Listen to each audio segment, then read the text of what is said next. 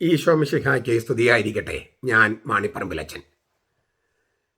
ദൈവജനം കിഴക്കിന് അഭിമുഖം. വൈദികൻ തലതിരിഞ്ഞ്. വൈദികരുടെ നേതാക്കന്മാരും തലതിരിഞ്ഞ്. ഈ ദിവസങ്ങളിലെല്ലാം എറണാകുളത്ത് നിന്ന് വീണ്ടും വീണ്ടും ചില കാര്യങ്ങളിങ്ങനെ കുത്തിപ്പൊക്കി കൊണ്ടുവരുന്നുണ്ട്. ദൈവം എല്ലായിടത്തുമില്ലേ? കിഴക്ക് മാത്രമല്ലല്ലോ. ശാസ്ത്രം ഇത്ര നാൾ വികസിച്ചിട്ട് എന്താണ് അച്ഛൻ ഇപ്പോഴും ഈ കിഴക്കോട്ട് നോക്കണം എന്ന് പറയുന്നത്? അങ്ങോട്ട് തിരിഞ്ഞാലേ ദൈവത്തെ കാണുമെന്ന് അച്ഛൻ പഠിപ്പിക്കുന്നത് തല്ലുണ്ടാക്കാൻ വേണ്ടിയല്ലേ? അച്ഛൻ്റെ സ്വാർത്ഥതയല്ലേ? കർത്താവ് ഇങ്ങനെ പറഞ്ഞിട്ടില്ലേ, എൻ്റെ നാമത്തിൽ 2-3 പേർ ഒരുമിച്ച് കൂടുന്നിടത്ത് അവരുടെ മധ്യ ഞാൻ ഉണ്ടാകുമെന്ന്. പിന്നെ ആദിമസഭയിൽ വട്ടം കൂടിയിരുന്നല്ലേ അപ്പം മുറിച്ചിരുന്നത്? ഞങ്ങൾക്ക് എറണാകുളത്ത് അത് മതി. ആധുനിക കാലത്തിന് ചേരുന്നത് അതാണ്. ഈ തരത്തിലുള്ള ഈ തെറ്റായ പ്രബോധനങ്ങൾ പിന്നെയും വരുന്നത് കൊണ്ടാണ് ഞാൻ ഈ വീഡിയോ ചെയ്യുന്നത്. ദൈവം എല്ലായിടത്തുമുണ്ട്, ഒരു സംശയവുമില്ല. ദൈവം എല്ലായിടത്തും ഉണ്ട് എന്ന സന്ദേശം പോലും ക്രിസ്തുമതമാണ് സാർവത്രികമാക്കിയത്. അതിനു മുമ്പ് ഓരോ ദേശത്തിൻ്റെ ദേവനായിട്ടാണ് പലരും കണക്കാക്കിയിരുന്നത്. ദൈവം എല്ലായിടത്തും ഉണ്ട് എന്ന സാർവത്രിക ആ അറിവ് സാർവലൗകികമാക്കിയത്, സാർവജനീനമാക്കിയത് ക്രിസ്തുധർമ്മം തന്നെയാണ്. പക്ഷേ എല്ലായിടത്തുമുള്ള ദൈവത്തെ കാണാൻ വേണ്ടിയാണോ നമ്മൾ പള്ളിയിൽ വരുന്നത്? പള്ളി വരേണ്ട കാര്യമുണ്ടോ? ദേവാലയത്ത് വരേണ്ട കാര്യമുണ്ടോ? ദൈവം എല്ലായിടത്തും ഉണ്ടെങ്കിൽ. അപ്പം എല്ലായിടത്തുമുള്ള ദൈവത്തെ ആരാധിക്കാനല്ല നാം ക്രിസ്തീയ ദേവാലയത്തിൽ വരുന്നത്. പ്രത്യുത ഏകസത്യ ദൈവം മനുഷ്യനായി ഭൂമിയിൽ വന്ന് പാർത്തു. അതൊരു സ്ഥലത്താണ്, അതൊരു സമയത്താണ്. ഒരു സമയം, ഒരു സ്ഥലം.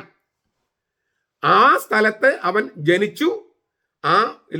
ജനിച്ചത് നസ്രത്തിൽ, ജനിച്ചത് ബെത്ലഹേമിൽ. നസ്രത്തിൽ വെച്ച് മംഗളവാർത്ത സ്വീകരിച്ചു മറിയം.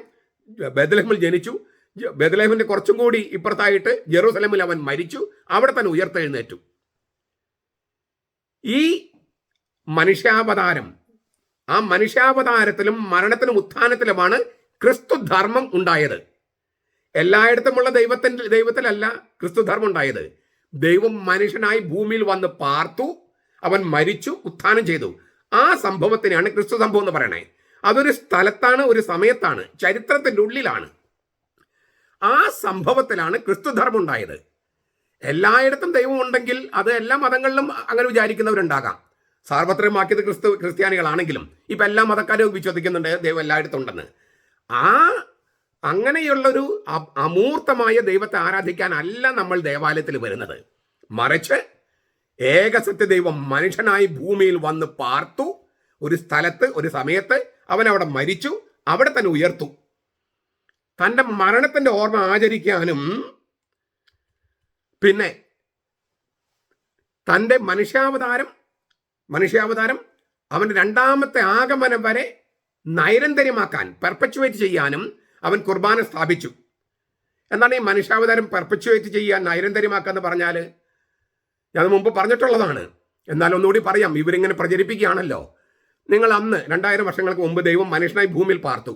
ആ കാലത്ത് ജീവിച്ചിരുന്ന മനുഷ്യരെ നോക്കിയാൽ, യോഹന്നാന്റെ 1-ാമത്തെ ലേഖനം 1-ാമത്തെ അധ്യായം ഞങ്ങൾ അവനെ കണ്ടു, ഞങ്ങളുടെ കണ്ണുകൾ കൊണ്ട് കണ്ടു, ഞങ്ങൾ കാതുകൾ കൊണ്ട് കേട്ടു, ഞങ്ങൾ കൈകൊണ്ട് സ്പർശിച്ചു, ഞങ്ങൾ അനുഭവിച്ചറിഞ്ഞു. അപ്പോൾ അവർക്ക് കാണാനും സ്പർശിക്കാനും കേൾക്കാനൊക്കെ നേരിട്ട് കഴിഞ്ഞു. പക്ഷെ യേശുവിനെ കാണുമ്പോൾ അവൻ ദൈവമാണെന്നുള്ള എന്തെങ്കിലും തെളിവുണ്ടായിരുന്നോ? നോക്കുമ്പോൾ സാധാരണ മനുഷ്യൻ, പക്ഷെ ദൈവമാണവൻ. ഇതാണ് ദൈവം മനുഷ്യനായി ഭൂമിയിൽ പാർക്കുകയാണ്. അത് മഹാസംഭവമാണ്. സൃഷ്ടികർമ്മത്തെക്കാൾ വലിയ സംഭവമാണത്. അന്ന് അവർക്കത് കാണാനും തൊടാനൊക്കെ പറ്റി. അത് ആ തലമുറയ്ക്ക് മാത്രം മതിയോ?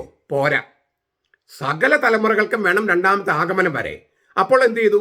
ദൈവം മനുഷ്യനായി ഈ ഭൂമിയിൽ പാർത്തവൻ, മരിച്ച് ഉത്ഥാനം ചെയ്തവൻ, തന്നെ ദൈവം മനുഷ്യനായതുപോലെ ആ ദൈവവും മനുഷ്യനുമായവൻ ഒരു അപ്പമായി മാറി. അതാണ് വിശുദ്ധ കുർബാന. നമ്മൾ കുർബാന നോക്കുമ്പോൾ ഒരു അപ്പമാണ്. അന്ന് യേശുവിനെ നോക്കുമ്പോൾ അവൻ മനുഷ്യനാണ്, പക്ഷെ ദൈവമാണ്. ഇപ്പം നമ്മൾ അപ്പം നോക്കുമ്പോൾ വെറും അപ്പമാണ്, അപ്പമാണ്, പക്ഷേ അത് ഉത്ഥിതനായ ക്രിസ്തുവാണ്. ഭൂമിയിൽ പാർത്തവൻ ഉത്ഥാനം ചെയ്തു, അവൻ തന്നെയാണ്. ഇത് കാണുമ്പോൾ ഓസ്തിയാണ്, പക്ഷേ അത് ക്രിസ്തുവാണ്. അന്ന് കാണുമ്പോൾ യേശുവിനെ നോക്കുമ്പോൾ തൊടുമ്പോൾ അവൻ മനുഷ്യനായിരുന്നു, പക്ഷെ ദൈവമാണ്. ഇതാണ് ഈ പറഞ്ഞ മനുഷ്യാവതാരത്തിന് അന്നുണ്ടായ മനുഷ്യാവതാരം ലോകാവസാനം വരെ നൈരന്തര്യമാക്കാൻ വേണ്ടി അവൻ കുർബാന സ്ഥാപിച്ചു. അപ്പോൾ ക്രിസ്തുവിന് മുമ്പും ക്രിസ്തുവിന് ശേഷവും ലോകം ഒരുപോലെയാണെന്ന് പലരും പറയും. ഒരുപോലെയല്ല. ചുരുങ്ങിയ പക്ഷം കത്തോലിക്കരെ നോക്കുക. അവർ കർത്താവിനെ സ്വീകരിക്കുന്നു. ആ കർത്താവ് ഹൃദയത്തിലേക്കല്ല ഉദരത്തിലേക്ക് പോകുന്നു. എന്നിട്ട് ശരീരവുമായിട്ട്, നമ്മുടെ ശരീരവും രക്തവുമായിട്ട് അവൻ ഒന്നാകുന്നു. അപ്പൊ ക്രിസ്ത്യാനികളെല്ലാം ദൈവമായിട്ട് മൂർത്തമായ രീതിയിൽ ശരീരവും രക്തവുമായിട്ട് ഒന്നായവരാണ്. അങ്ങനെ 140 കോടി കത്തോലിക്കരുണ്ട്, 240 കോടി മറ്റോ ക്രിസ്ത്യാനികളുണ്ട്. അപ്പോൾ ലോകം ഒരുപോലെ. അപ്പോൾ ക്രിസ്തുവിന്റെ മരണത്തിന്റെ ഓർമ്മ ആചരിക്കാനും മനുഷ്യാവതാരം നൈരന്തര്യമാക്കാനും വേണ്ടിയാണ് കുർബാന സ്ഥാപിച്ചത്. ആ കുർബാന അർപ്പിക്കാൻ നമ്മൾ ദേവാലയത്തിൽ പോകണേ, അല്ലാതെ എല്ലായിടത്തുമുള്ള ദൈവത്തെ കാണാനല്ല. 2, ആദിമസഭയിൽ വട്ടം കൂടിയിരുന്ന് അപ്പം മുറിച്ചു. അതെവിടെയത്? ഞാനൊരു തിരുവചനത്തിലും കണ്ടില്ലല്ലോ. അപ്പം മുറിച്ചത് ഇങ്ങനെ ആദിമത്തിൽ വട്ടം കൂടിയിരുന്നാണെന്ന് എവിടെയാണ് എഴുതിയിരിക്കുന്നത്? എന്നിട്ട് എറണാകുളത്ത് നിങ്ങൾ വട്ടം കൂടിയിരുന്നാണോ കുർബാന ചൊല്ലുന്നത്, അപ്പം മുറിക്കുന്നത്? ഈ അപ്പം മുറിക്കൽ എന്താണെന്ന് പൗലോസിലേക്ക് എഴുതിയിരിക്കുന്നത് 1 കൊരിന്തോസ് 11:23 മുതലുള്ള വാക്യങ്ങളിൽ, 11-ാം അധ്യായം 23 മുതൽ. എന്തെന്നാൽ ഞാൻ കർത്താവിൽ നിന്ന് പ്രാപിച്ചതും നിങ്ങളെ ഭരമേൽപ്പിച്ചതുമായ കാര്യം ഇതാണ്. കർത്താവിൽ നിന്ന് പ്രാപിച്ചത്, ഒരു വാക്ക് വ്യത്യാസപ്പെടുത്താൻ കഴിയില്ല അതിനകത്ത്. കർത്താവായ യേശു താൻ ഏൽപ്പിച്ചു കൊടുക്കപ്പെട്ട രാത്രിയിൽ അപ്പമെടുത്ത് കൃതജ്ഞത അർപ്പിച്ചതിന് ശേഷം മുറിച്ച് അരുളി ചെയ്തു, ഇത് നിങ്ങൾക്ക് വേണ്ടിയുള്ള എൻ്റെ ശരീരം, എൻ്റെ ഓർമ്മയ്ക്കായി നിങ്ങൾ ഇത് ചെയ്യുവിൻ. അപ്രകാരം തന്നെ അത്താഴത്തിന് ശേഷം പാനപാത്രം എടുത്ത് അരുളി ചെയ്തു, ഈ പാനപാത്രം എൻ്റെ രക്തത്തിലുള്ള പുതിയ ഉടമ്പടിയാണ്, നിങ്ങളിത് കുടിക്കുമ്പോഴെല്ലാം എൻ്റെ ഓർമ്മയ്ക്കായി ചെയ്യുവിൻ. അങ്ങനെ നിങ്ങൾ ഈ അപ്പം തിന്നുകയും പാനപാത്രം കുടിക്കുകയും ചെയ്യുമ്പോഴെല്ലാം കർത്താവിൻ്റെ മരണം അവൻ വരുന്നത് വരെ പ്രഖ്യാപിക്കുകയാണ് ചെയ്യുന്നത്. കർത്താവിൻ്റെ മരണം അവൻ വരുന്നത് വരെ, രണ്ടാമത്തെ വരവ് വരെ പ്രഖ്യാപിക്കുകയാണ് ചെയ്യുന്നത്. അവൻ്റെ മരണം പ്രഖ്യാപിക്കുന്നു. നമ്മൾ കുർബാനയിൽ ചെയ്യുന്നത് അവൻ്റെ മരണമാണ്. ദിവ്യ ബലി നമ്മൾ പറയണേ, ക്രിസ്തുവിന്റെ കുരിശിലെ ബലി അത് അർപ്പിക്കാൻ പറഞ്ഞത് അന്ത്യത്താഴത്തിലാണ്. പക്ഷെ അന്ത്യത്താഴം ആവർത്തിക്കാനല്ല പറഞ്ഞത്, അവന്റെ മരണം പ്രഖ്യാപിക്കാനാ. അവന്റെ മരണം എങ്ങനെയായിരുന്നു? ലൂക്കാസിന്റെ സുവിശേഷം 23-ാം അധ്യായത്തിൽ പറയാണ്, പിതാവേ അങ്ങയുടെ കരങ്ങളിൽ എൻ്റെ ആത്മാവിനെ സമർപ്പിക്കുന്നു. പുത്രൻ പിതാവിനെ വിളിച്ചാണ് പറയുന്നത്, പിതാവേ. ജനങ്ങളുടെ മുഖത്തൊക്കെ പറയണേ പിതാവേ എന്നല്ലേ? പിതാവേ അങ്ങയുടെ കരങ്ങൾ എൻ്റെ ആത്മാവിനെ സമർപ്പിക്കുന്നു. ചില സമയത്തൊക്കെ ജനങ്ങളിലേക്ക് തിരിയുന്നുണ്ട് കർത്താവ്, അത് നമ്മൾ കുർബാനയിൽ പലപ്പോഴും തിരിയുന്നത്.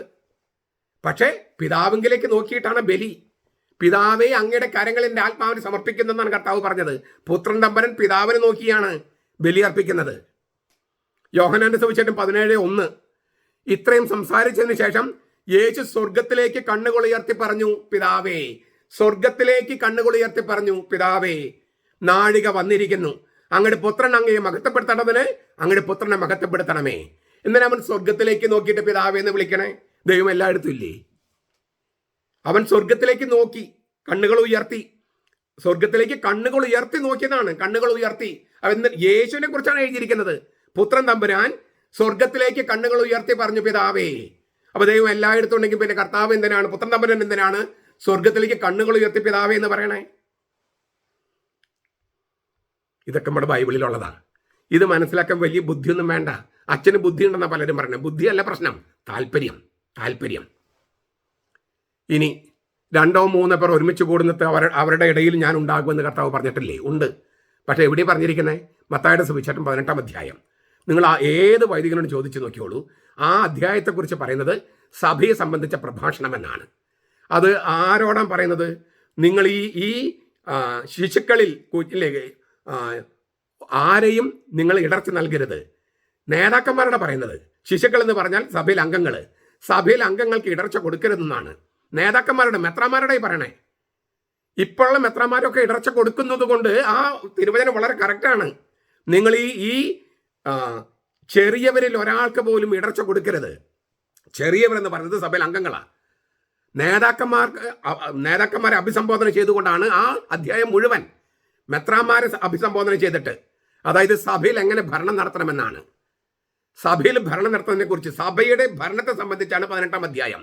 അതിലാണ് ഈ നിങ്ങൾ എൻ്റെ നാമത്തിൽ 2-3 പേർ കൂടുമ്പോൾ എന്ന് പറയുന്നത്. അതായത് മെത്രാന്മാർ അല്ലെങ്കിൽ നേതൃത്വം തീരുമാനമെടുക്കാൻ വേണ്ടി കർത്താവിന്റെ നാമത്തിൽ കൂടുന്നെങ്കിൽ, അത് ഞാൻ ആവർത്തിക്കാൻ ആഗ്രഹിക്കുക, ഊന്നി പറയാൻ ആഗ്രഹിക്കുക, കർത്താവിന്റെ നാമത്തിലാണ് തീരുമാനമെടുക്കാൻ കൂടുന്നതെങ്കിൽ അവരുടെ മധ്യേ കർത്താവ് ഉണ്ടാകും. തീരുമാനമെടുക്കാൻ കർത്താവിന്റെ നാമത്തിലാണെങ്കിൽ, സ്വന്തം ഇഷ്ടപ്രകാരം തങ്ങളെ സ്തുതിച്ച് പറയുന്ന മുഖസ്തുതി പാടുന്ന ആളുകൾ തെരഞ്ഞെടുക്കാൻ വേണ്ടിയാണെങ്കിൽ, തീരുമാനം എടുക്കാൻ വേണ്ടിയാണെങ്കിൽ കർത്താവ് ഉണ്ടാവില്ല, പരിശുദ്ധാത്മാവ് ഉണ്ടാകില്ല.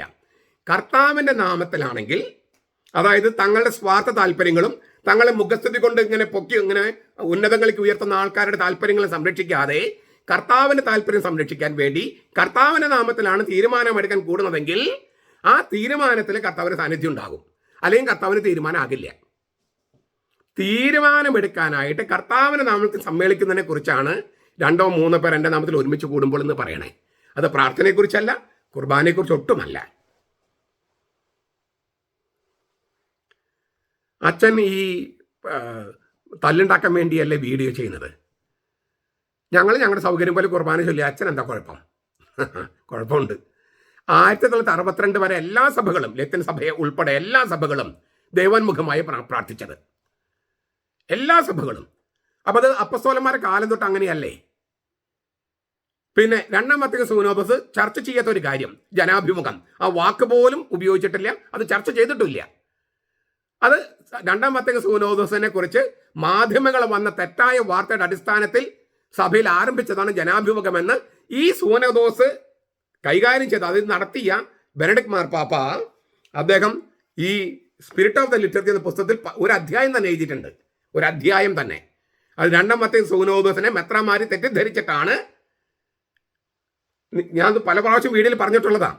വത്തിക്കാൻ കുന്നിൻ്റെ വിശുദ്ധ പത്രോസിനെ അടക്കം ചെയ്ത ആ കല്ലറയുടെ മുകളിലാണ് മാർപ്പാപ്പ അർപ്പിക്കുന്ന ബലിപീഠം.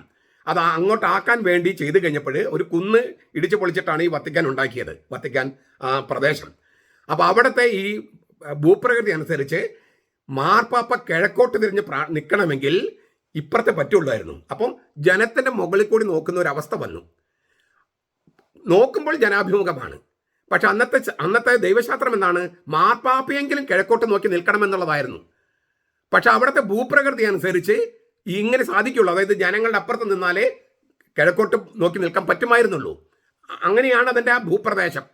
പക്ഷെ മെത്രാന്മാർ ചെന്നപ്പോൾ കണ്ടത് മാർപ്പാപ്പ ജനാഭിമുഖം നിൽക്കുന്നുവെന്ന് തോന്നി. മാർപ്പാപ്പ കിഴക്കോട്ട് നോക്കി നിൽക്കണേ, പക്ഷെ അത് ജനാഭിമുഖമാണെന്ന് വിചാരിച്ചു മെത്രാന്മാർ. എന്നിട്ട് അവരുടെ രൂപതയിലേക്കൊക്കെ തുടങ്ങാൻ പറഞ്ഞു. ആരുടെയും അനുവാദമില്ലാതെ 2-ാം വത്തിക്കാൻ സുനോദോസിന് തെറ്റിദ്ധരിച്ചിട്ടാണ് ഈ ജനാഭിമുഖം തുടങ്ങിയതെന്ന് ആ സുനോദോസിന്റെ രേഖകളെല്ലാം പരിശോധിച്ച് പെറൂസ് ചെയ്ത ആള് ബെനഡിക്ട് മാർപ്പാപ്പയാണ്. അന്ന് അദ്ദേഹം മാർപ്പാപ്പയായിട്ടില്ല. ജോസഫ് റാറ്റ്സിംഗർ അദ്ദേഹം എഴുതിയ പുസ്തകത്തിൽ അത് പറഞ്ഞിട്ടുണ്ട്. അപ്പോൾ അതുകൊണ്ട് തന്നെ ലത്തീൻ സഭയിൽ മാറ്റം വരണമെന്നാണ് അദ്ദേഹം പറയുന്നത്. ലത്തീൻ സഭയിൽ മാറ്റം വരും. ലത്തീൻ സഭ അതിനുള്ള ശ്രമങ്ങൾ നടക്കും. അപ്പോൾ ദൈവോന്മുഖമായിട്ട് കിഴക്കൻ അഭിമുഖമായിട്ടാണ് പ്രാർത്ഥിക്കുക. നീതി സൂര്യനാണ് കർത്താവെന്നാണ് പഴയ നിയമത്തിൽ പറഞ്ഞിരിക്കുന്നത്. പുതിയ നിയമത്തിൽ അങ്ങനെ തന്നെയാണ്. കിഴക്കവന്റെ നക്ഷത്രം ഉദിക്കുന്നു. നിങ്ങൾ ഇല്ലേ, ജെറൂസലമിന് കിഴക്കുള്ള ഒലിവ് മലയിൽ നിന്നാണ് അവൻ സ്വർഗത്തിലേക്ക് എടുക്കപ്പെട്ടത്. നിങ്ങൾ എങ്ങനെ കണ്ടുവോ അതുപോലെ തന്നെ വരുമെന്നാണ് തിരുവചനം എഴുതിയിരിക്കുന്നത് സ്ലേഹന്മാരുടെ നടപടി പുസ്തകം 1-ാമത്തെ അധ്യായത്തിൽ. അതുപോലെ നിങ്ങൾക്ക് ലൂക്കാസിനെ സംബന്ധിച്ച് 24-ാം അധ്യായം അവസാനത്തെ ഭാഗം വായിക്കാം. അപ്പോൾ നമ്മളെല്ലാവരും ആ ക്രിസ്തു സംഭവം നടന്ന സ്ഥലം അവിടേക്ക് നോക്കുന്നതിനെയാണ് കിഴക്കെന്ന് പറയണേ. ഈ നമ്മളുടെ ഉത്ഭവം എവിടെയാണ്? ദൈവശാസ്ത്രപരമായിട്ടും ചരിത്രപരമായിട്ടും ആ ഉത്ഭവത്തിലേക്ക് നോക്കണമെന്നാണ്, ദൈവത്തെങ്കിലേക്ക് നോക്കണമെന്ന്. നമ്മുടെ ദൈവം എന്ന് പറഞ്ഞാൽ ഭൂമിയിൽ വന്ന് മനുഷ്യനായി പാർത്ത ദൈവമാണ്, മരിച്ചു ഉയർത്ത ദൈവമാണ്. അങ്ങനെ ദൈവം വേറെ ആർക്കും ഇല്ല. അതുകൊണ്ട് നമ്മൾ അവിടേക്ക് നോക്കിയേ പറ്റൂ. മറ്റെല്ലാ ദിശയിലേക്കാളും എല്ലാ ദിശകൾക്കൊക്കെ പ്രാർത്ഥിക്കുന്ന തെറ്റൊന്നുണ്ടായിട്ടല്ല. പക്ഷെ ഈ ദിശയിലേക്ക് പ്രാർത്ഥിക്കുമ്പോൾ നമ്മുടെ ഉത്ഭവത്തിലേക്ക് നമ്മൾ നോക്കുന്നു. പ്രകൃതിയുടെ ദിശയും നല്ലതാണ്. ഉദയസൂര്യൻ, അസ്തമയ സൂര്യനാണ് പടിഞ്ഞാറ്, അത് മരണത്തിന്റെ പ്രതീകമാണ്. ഉദയസൂര്യൻ ജീവന്റെ പ്രതീകമാണ്, പുതിയ ജീവന്റെ പ്രതീകമാണ്. അപ്പോൾ പ്രകൃതിക്കും ദൈവശാസ്ത്രത്തിനും ചേരുന്ന ഒരേ ഒരു ദിശയേ ഉള്ളൂ. അതുകൊണ്ട് അങ്ങോട്ട് തിരിയാൻ പറയണേ. മറ്റു ദിശകളിലേക്ക് തിരിഞ്ഞാണ്ട് കുഴപ്പമൊന്നും ഉണ്ടായിട്ടല്ല. പക്ഷെ ഇത് ഇത്രയും ശ്രേഷ്ഠമായിട്ടുള്ള സംഗതി ഉള്ളപ്പോൾ അത് ഉപേക്ഷിക്കാൻ പാടുണ്ടോ? മാത്രമല്ല നമ്മുടെ പള്ളിയിലെല്ലാം ദൈവജനം മുഴുവൻ കിഴക്കോട്ട് നോക്കിയല്ലേ നിൽക്കുന്നത്, ദൈവോന്മുഖമായിട്ടല്ലേ നിൽക്കുന്നത്. ദൈവജനം ദൈവോന്മുഖമായിട്ട് നിൽക്കുന്നേ. അവിടെ ദൈവജനത്തെ നയിക്കേണ്ട വൈദികൻ മാത്രം തല തിരിഞ്ഞു നിൽക്കുന്നു. അവിടെയാണ് പ്രശ്നം കിടക്കുന്നത്. ദൈവജനം മുഴുവൻ കിഴക്കോട്ട് നോക്കിയാണ്. ഈ കമന്റ് ഇടാൻ വരുന്ന ആളുകളൊക്കെ കിഴക്കോട്ട് നോക്കി നിൽക്കണം കേട്ടോ. ദൈവോന്മുഖമായിട്ട് അവരൊക്കെ നിൽക്കണേ. വൈദികൻ മാത്രം തല തിരിഞ്ഞു നിൽക്കുന്നു. പിന്നെ ഈ തല്ലും വഴക്കുണ്ടാക്കുന്ന ആരാ? എറണാകുളത്തെ വിമത വൈദികരും മുന്നേറ്റക്കാരും ഷൈജുമാരും, പിന്നെ അവരെ കണ്ണടച്ച് പിന്താങ്ങുന്ന കുറെ ശിങ്കിടികളും. മാർപ്പാപ്പ ആഹ്വാനം ചെയ്തു, നിങ്ങളുടെ സഭയുടെ സിനഡ് തീരുമാനിച്ചതനുസരിച്ച് നിങ്ങൾ കുർബാന അർപ്പിക്കണം. ഞാൻ ലത്തീൻകാരനാണ്, ഞാൻ ചൊല്ലുന്ന പോലെ അല്ല, നിങ്ങൾ പൗരത്വ സഭയാണ്. നിങ്ങളുടെ സഭയുടെ തീരുമാനം അനുസരിച്ച് എല്ലാവരും സഭ തീരുമാനിച്ചതനുസരിച്ച് സിനഡ് കുർബാന ചൊല്ലണമെന്ന് മാർപ്പാപ്പ 4 വട്ടം പറഞ്ഞു. ആ മാർപ്പാപ്പയെ അനുസരിക്കാതെ മാർപ്പാപ്പ ചൊല്ലുന്ന പോലെ മതി എന്നും പറഞ്ഞ് ലത്തീൻകാരനാണ് മാർപ്പാപ്പ എന്നുള്ള കാര്യം പോലും അംഗീകരിക്കാതെ അല്ലെങ്കിൽ അറിവില്ലാതെ ഇങ്ങനെ പറഞ്ഞുകൊണ്ടിരിക്കുകയാണ്. 35 രൂപതയും 34 ഇത് ചെയ്തു. അപ്പൊ ചെയ്യാതെ മറുതലിച്ച് നിൽക്കുന്ന എറണാകുളത്തെ വിമത വൈദികരും മുന്നേറ്റക്കാരും അവർ ശിങ്കിടികളുമല്ലേ വഴക്കുണ്ടാക്കുന്നത്, വിഭാഗീയതുണ്ടാക്കുന്നത്, ശീഷ്മയുണ്ടാക്കുന്നത്?